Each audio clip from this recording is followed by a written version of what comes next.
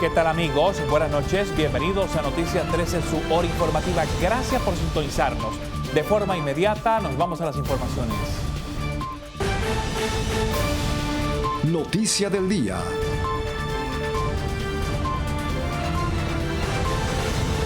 El Departamento de Salud reportó 4 nuevas muertes por COVID-19, elevando así el total en ese renglón a 2.071. A un año del inicio de la pandemia, el primer ejecutivo anunció cambios mínimos en las restricciones vigentes.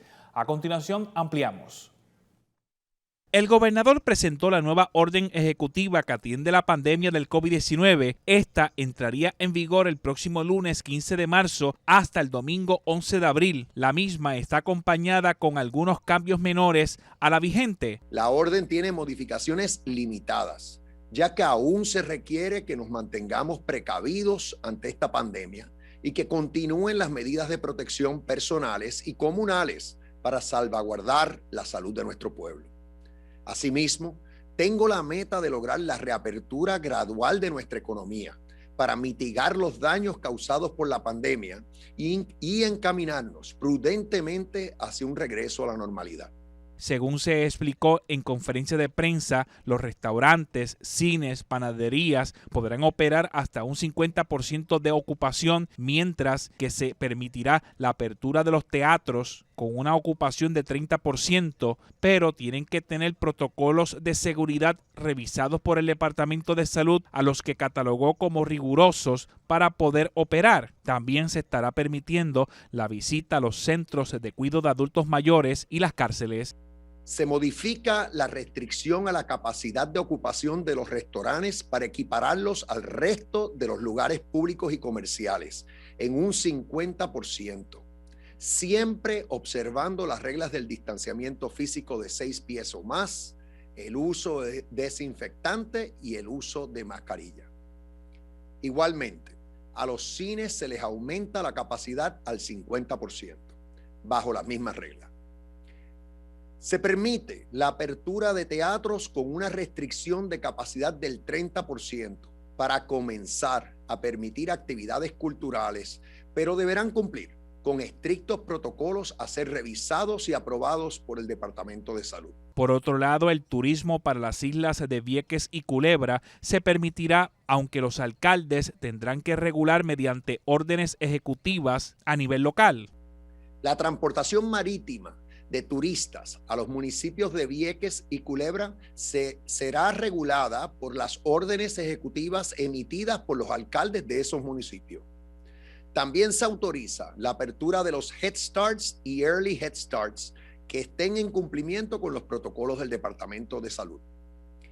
El horario del toque de queda de 12 de la medianoche a 5 de la mañana se mantiene igual, de la misma forma que el horario de operación de los negocios permanece, de 5 de la mañana a 11 de la noche.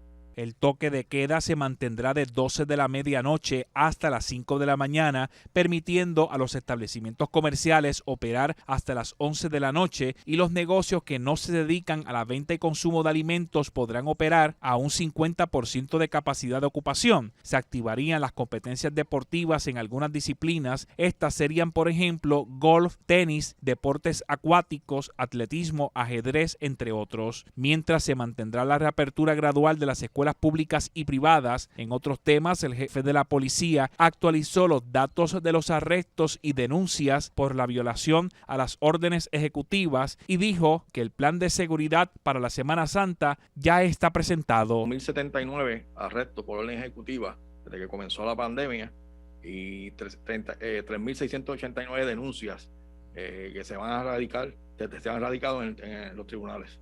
Tenemos el plan establecido de Semana Santa, como todos los años, ¿verdad? A diferencia de que ahora, como tenemos una orden ejecutiva emitida, pues va a ser más riguroso la vigilancia por parte de la policía para hacer cumplir todo lo que está establecido en ella. Pero ya el plan de la Policía de Puerto Rico, a nivel de todas las áreas policiales, que todas aquellas que tengan costas, pues está ya en curso para ser implementado a finales de marzo, es que comienza la Semana Mayor. Desde San Juan, Irán Delgado Vélez, José Ángel Cordero, Noticias 13. Agenda. De las 95 escuelas certificadas por el Departamento de Salud para reabrir, solo 38 lograron hacerlo con una matrícula de sobre más de 700 alumnos. A continuación, los detalles. Líderes de la Asociación de Maestros, la poca asistencia que hubo el miércoles en el primer día de clases presenciales en docenas de planteles escolares alrededor de la isla no fue sorpresa, al mismo tiempo que continúan en oposición con el reinicio de las clases de forma presencial. Para ellos lo más seguro es esperar hasta agosto, donde según el gobernador Pedro Pierluisi, en esa fecha se logrará la inmunización de rebaño en la isla. Tuvimos la oportunidad de visitar varios planteles a nivel de la región de Caguas, Bayamón, Humacao, y pudimos ver que permea una incertidumbre, una inseguridad, tanto en los maestros como en los padres. Y ese es el reflejo del resultado de la poca asistencia ayer en el reinicio de las clases. Según Víctor Bonilla, hay escuelas donde se les informó a los padres de la reapertura de los planteles el día antes. Sabíamos que iba a ser baja. ¿Por qué? Por la desinformación. Ustedes saben que es que un padre se entere a las 11:45 de la noche o a las 10:30 de la noche que le van a abrir una escuela al otro día. Esa inseguridad no va a dejar que el padre sienta o llevar a sus hijos a la escuela. Yo como padre no lo haría. ¿Por qué? Porque me estoy enterando el día antes. Además, yo tengo que corroborar como padre que la escuela cumpla con todos los protocolos. Esto es un problema de salud y tenemos que verlo así. La secretaria general del local sindical de la asociación, Grichel Toledo, hizo un llamado a la secretaria de Educación, Elba Ponte, para que los directores de escuelas que no están certificadas para operar desistan de convocar a maestros. Hemos tenido varios maestros que nos han estado llamando y nos han estado haciendo esa denuncia. Por ejemplo, tengo maestros de los municipios en rojo que estuvieron convocando a los maestros porque les están diciendo que tienen que presentarse, por ejemplo, la escuela William D. Boyce de San Juan, que tienen que presentarse mañana para acondicionar la escuela. Obviamente, eso no es labor de los maestros, ¿verdad? Y no menospreciamos el trabajo que hacen nuestros compañeros de SPT, que es un trabajo muy importante. A ellos a quien le toca, ¿verdad?, hacer esas tareas. Al mismo tiempo, Toledo enfatizó que debido al tiempo por el que estuvieron cerradas las escuelas, la limpieza tiene que ser pieza clave para la reapertura y no tan solo para cumplir con los protocolos contra el COVID-19. Además, enfatizó que la infraestructura de las escuelas necesitan ser acondicionadas con un proceso más riguroso. Inclusive en una de las escuelas que nosotros visitamos la semana pasada, vimos maestros, obviamente lo hacen de forma voluntaria algunos, porque llegaron a su escuela y les tengo que decir que a mí me llevaron a un salón de kinder donde la maestra me dice, mira, había excremento de ratones, orín de rata y todos los muebles les habían sido apiñados hacia las ventanas. En un salón que tiene screens plásticos, la maestra me decía, ¿cómo yo voy a poder quitar estos screens? Esos maestros pues voluntariamente dijeron, yo no puedo recibir a mis estudiantes así. Y muchas veces el maestro lo hace por el compromiso que tiene, pero no debería ser. Desde San Juan, Irán Delgado Vélez, Alberto Sánchez Lao, Noticias 13. El Tribunal de San Juan falló en contra del gobierno al excluir a los bomberos de la ley de retiro temprano. Cerca de 400 miembros del Cuerpo de Bomberos podrían acogerse a la Ley 80 del año 2020 de retiro temprano, esto si cumplen con los requisitos para solicitar de manera voluntaria acogerse a una ventana de retiro temprano. Esa ley excluyó a los miembros de la policía, a los maestros, al personal de la rama judicial y también a la Autoridad de Energía Eléctrica, aunque en un principio el Departamento de Seguridad Pública quería excluirlos, por lo que acudieron al Tribunal de San Juan. El sistema de retiro y la Oficina de Gerencia de Presupuestos, en una acción unilateral, le quitó a los bomberos el derecho a acogerse a los beneficios de la Ley 80. Y nosotros entendimos y nos comunicamos con ellos en un par de ocasiones diciéndole que esa acción era ilegal.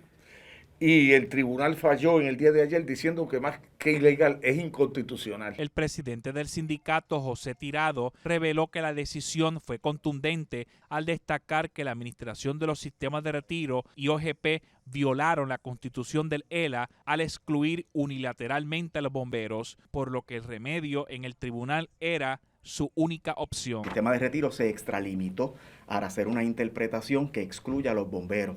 ¿Qué sucede? El tribunal emitió ese interdicto ordenándole al retiro que inmediatamente, ¿verdad? Comience el proceso para que se le informe a los bomberos sobre los beneficios de la Ley 80 del 2020, que es la ley del retiro incentivado, porque ahora sí ellos son parte, ¿verdad? Ahora sí esa ley los va a cobijar. Según el abogado del Sindicato de Bomberos, se presentó el recurso de interdicto y sentencia declaratoria ante el tribunal, resolviendo a su favor que el personal que fue excluido puede ejercer el derecho de acogerse a la ventana del sistema de retiro. Y nosotros también hemos estado pidiéndole al gobernador que nos saque del Departamento de Seguridad Pública. Claro, porque imagínate, lo que hace retiro no lo hizo solo con los bomberos, excluyeron también a los compañeros de guardias penales, excluyeron a todo el sistema de rango, porque ya la policía estaba excluida de por sí, porque la ley lo excluyó. Pero todas las demás dependencias, como emergencias médicas, también lo excluyeron a los policías de recursos naturales, los Rangers, también los excluyeron. Desde San Juan, Irán Delgado Vélez, Alberto Sánchez Lao y José Ángel Cordero. Salud.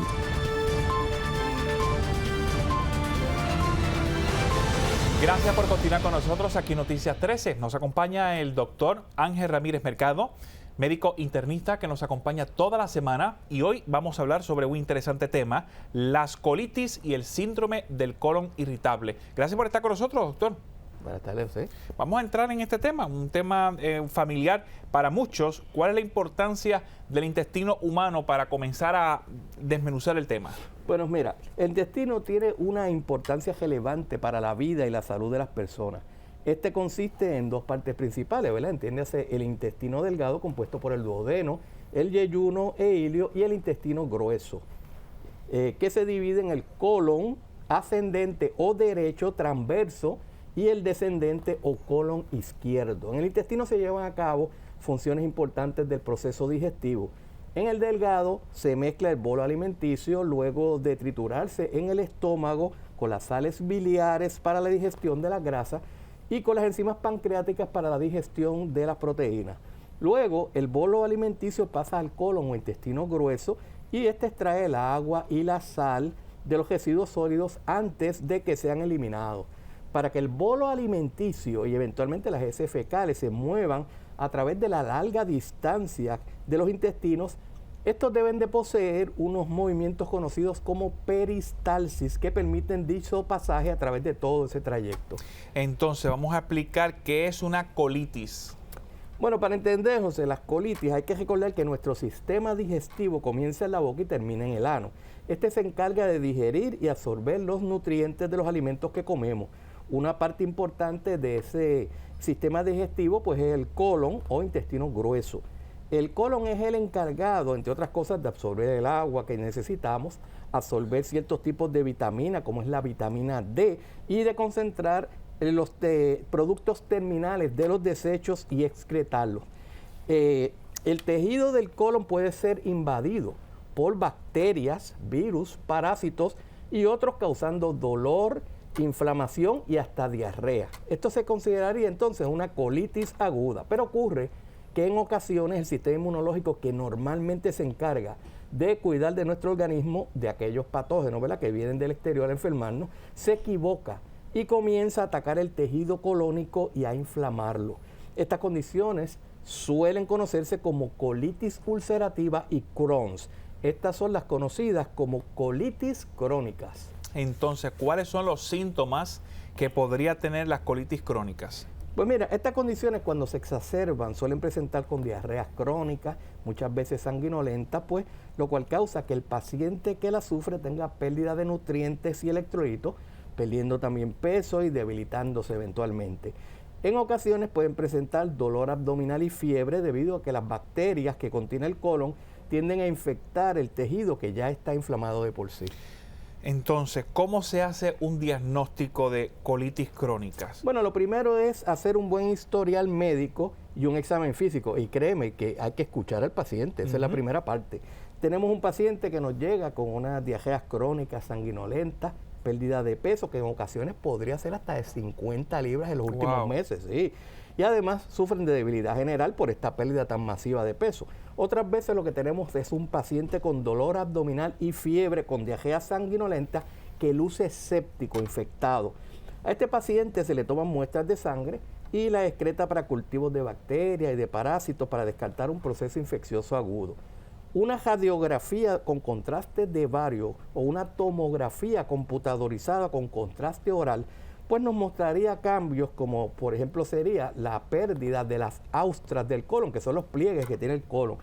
Pero el diagnóstico definitivo se logra con una visualización directa de la mucosa intestinal y la toma de tejido de biopsia. Esto se logra a través de una colonoscopia. Pero este paciente llega en temprana condición o ya cuando está que no puede más, que ha intentado todo porque no ha ido al médico. Pues mira, yo te voy a decir, hay de todo. Por ejemplo, tenemos el paciente que se va a hacer su colonoscopia cada cierta cantidad de años de seguimiento y encontramos que ya tiene cambios patológicos en la mucosa, se le toman las muestras de biopsia y entonces viene el diagnóstico. Pero hay ocasiones en que pues hay pacientes que como son más jóvenes, muchos no se hacen ningún tipo de estudio hasta que están un poquito más añosos y entonces estos se descubren cuando entonces empiezan a desarrollar toda esta sintomatología. Yo he visto personas definitivamente que han cambiado su vida. Yo me acuerdo de una dama, bendito, que perdió como 100 libras. Es una señora bien obesa y me la llevaron, que ya era una señora delgada y era unas diarreas constantes, sanguinolentas, y la señora estaba que ya no se podía parar. De ahí yo salí corriendo con ella para el hospital. Claro, también la recomendación de la colonoscopia es después de los 50, cada 5 años, ¿cierto?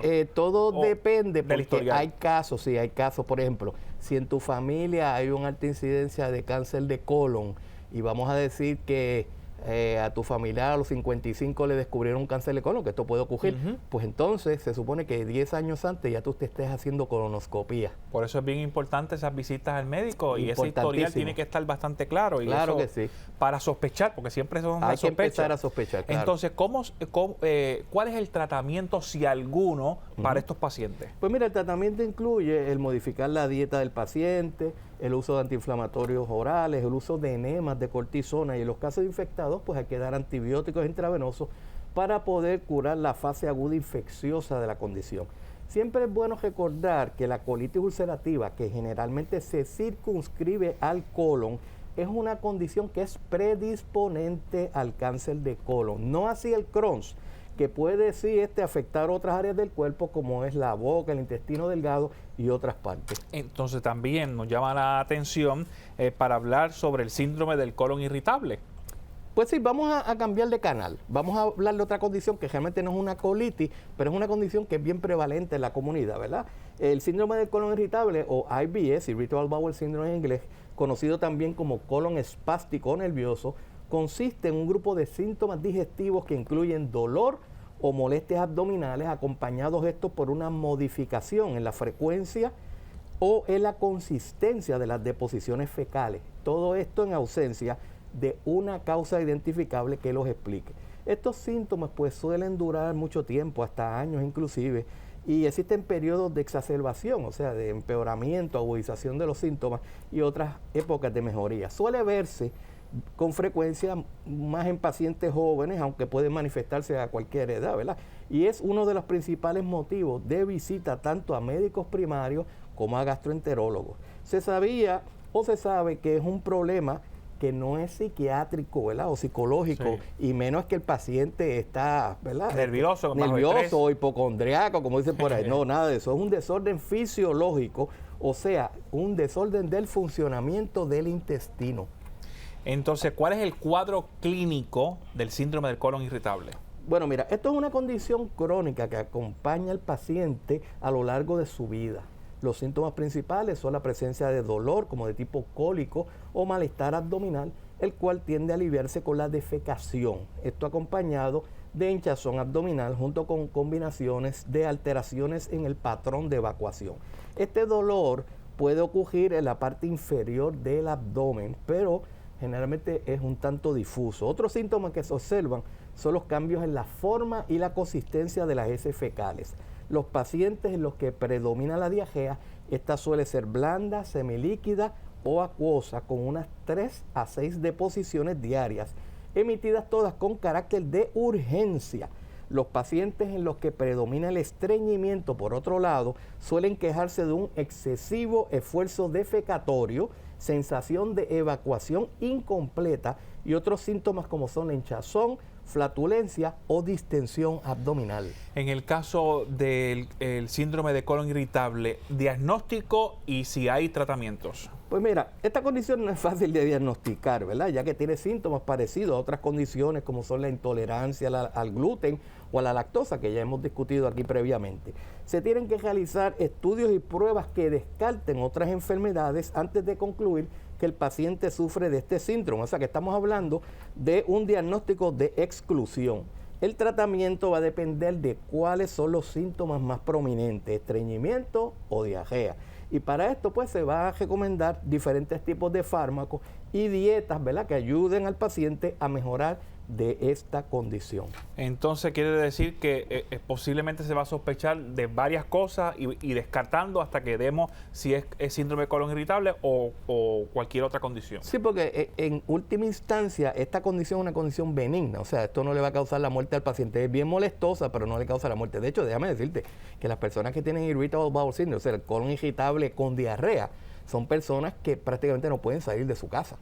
Y si salen, por ejemplo, a un centro comercial, enseguida que llegue están divisando a ver dónde encuentran un baño para poder ir y defecar, porque realmente es una cosa que los tira para el baño sí, con urgencia. Con urgencia, que es sí o sí, no, claro. no hay un no. Justamente. O espera que llegue a la casa. Bueno, eso es lo difícil. Sí. Y algunas veces se lo hacen encima, sí. Créeme. Y estamos hablando de gente de edad avanzada como gente joven también. Mayormente jóvenes. Y ahí es lo triste, ¿verdad? Porque sufrir esta condición desde joven es algo triste.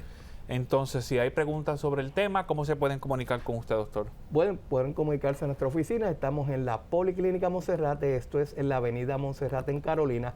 Nuestro teléfono allí es el 752-5000. Recuerde que todavía están bajo el protocolo del COVID-19. Llame y pregunte, haga cita. Definitivamente. Amigos, hacemos una pausa y cuando regresemos, continuamos con más aquí en Noticias 13. No se pierda nuestro resumen de noticias más completo los sábados a las 5 de la tarde por el Canal 13.